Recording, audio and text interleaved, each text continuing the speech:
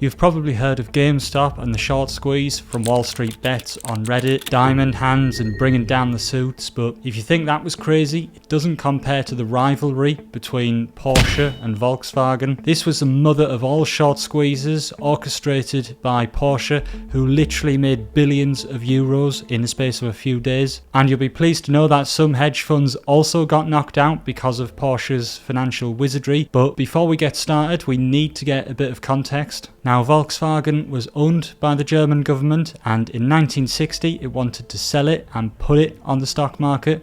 But Germany wanted to make sure Volkswagen was in safe hands, so when it denationalised it, it also passed a law called the Volkswagen Act. Basically, the Volkswagen Act meant that any resolutions put towards the company's shareholders would require an 80% consensus of votes in order to be voted through. This was different to other companies because any company that wasn't subject to the Volkswagen Act only required 50.1% in order to achieve a majority and control the company. So now you're probably thinking that anyone wanting control of Volkswagen would just need to acquire more than 80% of the shares, right? Well, yes, but the German government decided that it would keep 20.2% of the shares, which essentially meant that nobody could buy enough shares to control the company. Now, remember this law because it will become important later, but let's get back to Porsche.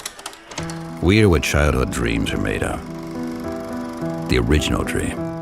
Now, every little boy wants a Porsche when they're young, and I was no different, and Ferdinand Porsche wanted to create beautiful cars and get rich. Well, he probably wanted to get rich first and do it by creating beautiful cars, but you know what I mean. Now, Ferdinand Porsche had created this car here, and when he set his own business up, Porsche used a lot of parts and manufacturing from Volkswagen, so you can probably see where this is going. Here are two companies that are reliant on each other economically, and Porsche decides that it wants more control over Volkswagen because it's a key part of the supply chain in the business. Now, Porsche was in a lot of debt and it wanted to own 75% of Volkswagen because at that point it could get its hands on Volkswagen's fat cash reserves. Porsche needed Volkswagen's capital because it had gone into a lot of debt by buying Volkswagen shares. So by buying Volkswagen, they'd be able to get out of the debt they got into by buying Volkswagen, which makes complete sense. Now, here's where it starts to get complex because Porsche is actually two different companies, Porsche SE and Porsche AG. Now, Porsche AG makes the cars and Porsche SE owns Porsche AG and does nothing else. Now, Porsche SE decides to sell Porsche AG in order to raise some money, and who does it sell it to?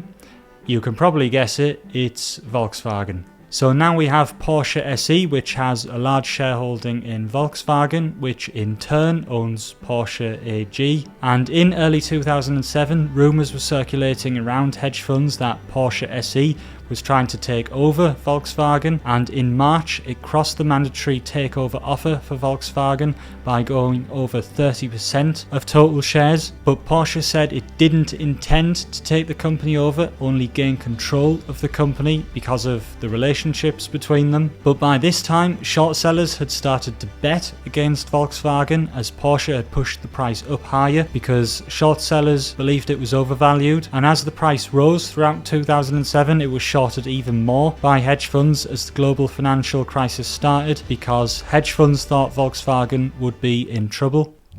Now, remember the Volkswagen Act? The EU decided this was illegal and the German government had to change it, which basically paved the way for a takeover. Then nearly 6 months later, Porsche SE's supervisory board gave the company approval to raise its stake in Volkswagen to 50%, but still claiming it didn't want to take the company over and just protect it from competitors. And this is where the magic happened, because by telling the market it didn't intend to take the company over, traders sold short even more. Volkswagen stock because it didn't believe Porsche would buy any more and that the stock price would fall. It was a classic move that Napoleon would have been proud of, and in October 2008, Porsche released this devastating piece of news to the market. At the end of last week, Porsche SE held 42.6% of the Volkswagen ordinary shares, and in addition 31.5% in so-called cash settled options relating to Volkswagen ordinary shares to hedge against price risks, representing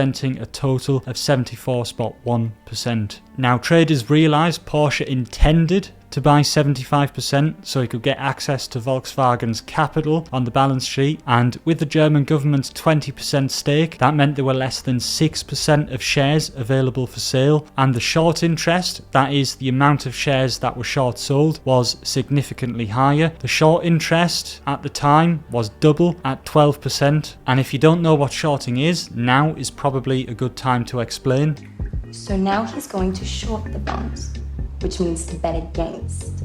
Basically, when people buy shares, they do so because they think the price will go up, but when people short shares, they borrow from that person, sell it short, hope the price goes cheaper, and then they buy the shares back, give the shares back to the original person, and pocket the difference.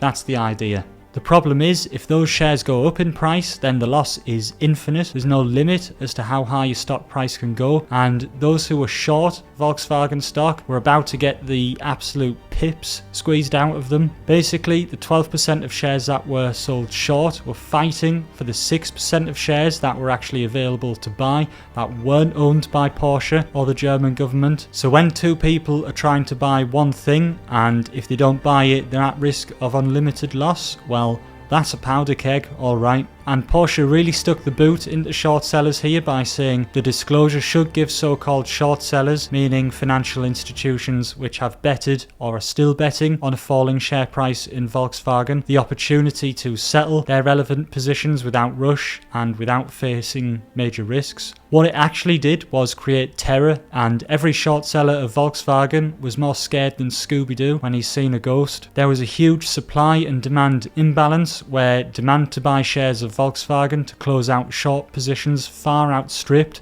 supply of shares for sale, and I don't need to be Warren Buffett to tell you that when demand outstrips supply, then prices rise. In this case, the demand for stock drove Volkswagen's share price from €210.85 to more than €1,005 per share in just 2 days. This actually made Volkswagen the biggest company in the world for just a few minutes, and at one point it was bigger than Apple, Phillip Morris and Intel all put together. And ultimately, those hedge funds that had shorted VW stock ended up losing an estimated $30 billion from their trades. But of course, when hedge funds lose money, they don't want to accept it, and instead they blame someone else for their losses. The German financial services regulator BaFin, the Federal Financial Supervisory Authority, like the FCA in the UK, announced that it was examining the Volkswagen stock price activity for evidence of insider trading or market manipulation on day one of the short squeeze. But Porsche hit back instantly, denying any manipulation and claiming that the ones responsible are those who speculated with huge sums of money